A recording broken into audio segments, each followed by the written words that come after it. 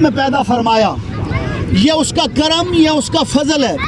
لیکن آئے ہم سب اپنے گریبانوں کے اندر جھانکیں کہ میری اور آپ کی زندگی کا مقصد کیا ہے، اللہ نے مجھے اور آپ کو کس لیے دنیا میں بھیجا۔ حضرت گرامی قدر، یہ جنازہ پڑا ہوا ہے، دور و دراز سے لوگ شامل ہیں، کاروبار بھی چھوڑا، گھر کو بھی چھوڑا، آ گئے ہیں معاملات کو چھوڑ کے۔ لیکن یہ فرض کفایہ ہے کہ اگر چند لوگوں نے پڑھ لیا تو سب کی طرف سے ادا ہو جائے گا۔ لیکن جو نماز ہے، جس کا قرآن مجید فرقان حمید کے اندر بار بار اللہ رب العزت نے ذکر فرمایا، میں اور آپ اللہ کی بارگاہ میں دن میں کیا 5 مرتبہ حاضر ہوتے ہیں؟ اگر تو جواب ہاں میں ہے تو زندگی کا مقصد سمجھ چکے ہیں، ہم نے اپنی زندگی کا مقصد جان لیا ہے۔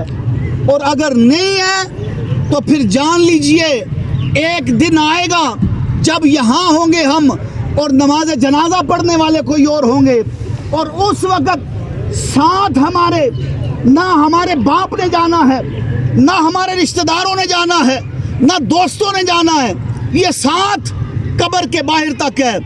اور قبر کے اندر تک جو ساتھ ہے وہ نیک اعمال کا ہے، وہ اچھے اعمال کا ہے جو دنیا میں اللہ نے مہلت دی ہے۔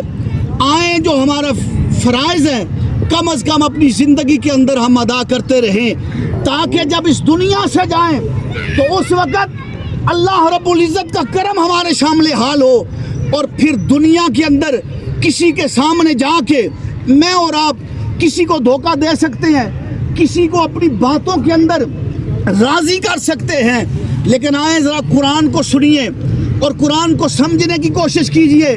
فرمایا الذی خلق الموت والحیات لیبلوکم ایکم احسن عملا۔ اب زندگی اور موت کو اللہ نے پیدا کیا، پیدا کرنے کا مقصد کیا ہے؟ تاکہ وہ پرکھے کہ تم میں سے بہترین اعمال کرنے والا کون ہے، اچھے عمل کرنے والا کون ہے۔ اب پرکھنے والی ذات اللہ کی ذات ہے، اور جو اعمال ہم کر رہے ہیں آئیں سب ذی وقار ان کی طرف بھی دیکھیں۔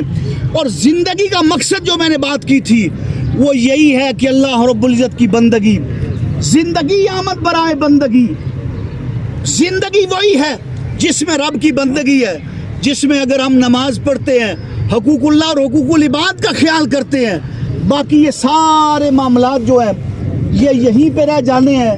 اللہ رب العزت کی بارگاہ میں دعا ہے کہ مولا کریم مجھے اور آپ کو عمل کی توفیق عطا فرمائے۔ سامنے ذی وقار اب 1 منٹ رہ گیا، نیت سماعت کر لیں۔ 4 تکبیرات نماز جنازہ، فرض کفایہ ثنا واسطے اللہ تعالیٰ دے، درود واسطے نبی پاک صلی اللہ علیہ وآلہ وسلم دے، دعا واسطے اس حاضر میت دے۔ امام کے ساتھ آپ نے تکبیریں کہنی ہیں۔ اگر صفحہ میرے خیال 8 ہے،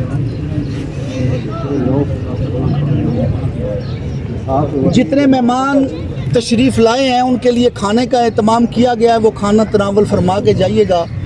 اور ان بزرگوں سے اگر زندگی میں کسی کے ساتھ اونچ نیچ ہوئی ہے تو اللہ کی رضا کے لیے معاف کریں، جو معاف کرتا ہے اللہ اس کو پسند فرماتا ہے۔ اور اگر کوئی لین دین ہے تو ان کے بیٹے موجود ہیں، یہ ڈاکٹر صاحب کی بلا موجود ہیں، عثمان بھائی موجود ہیں، ان سے رابطہ کر کے اپنے معاملات کو طے کر لیں۔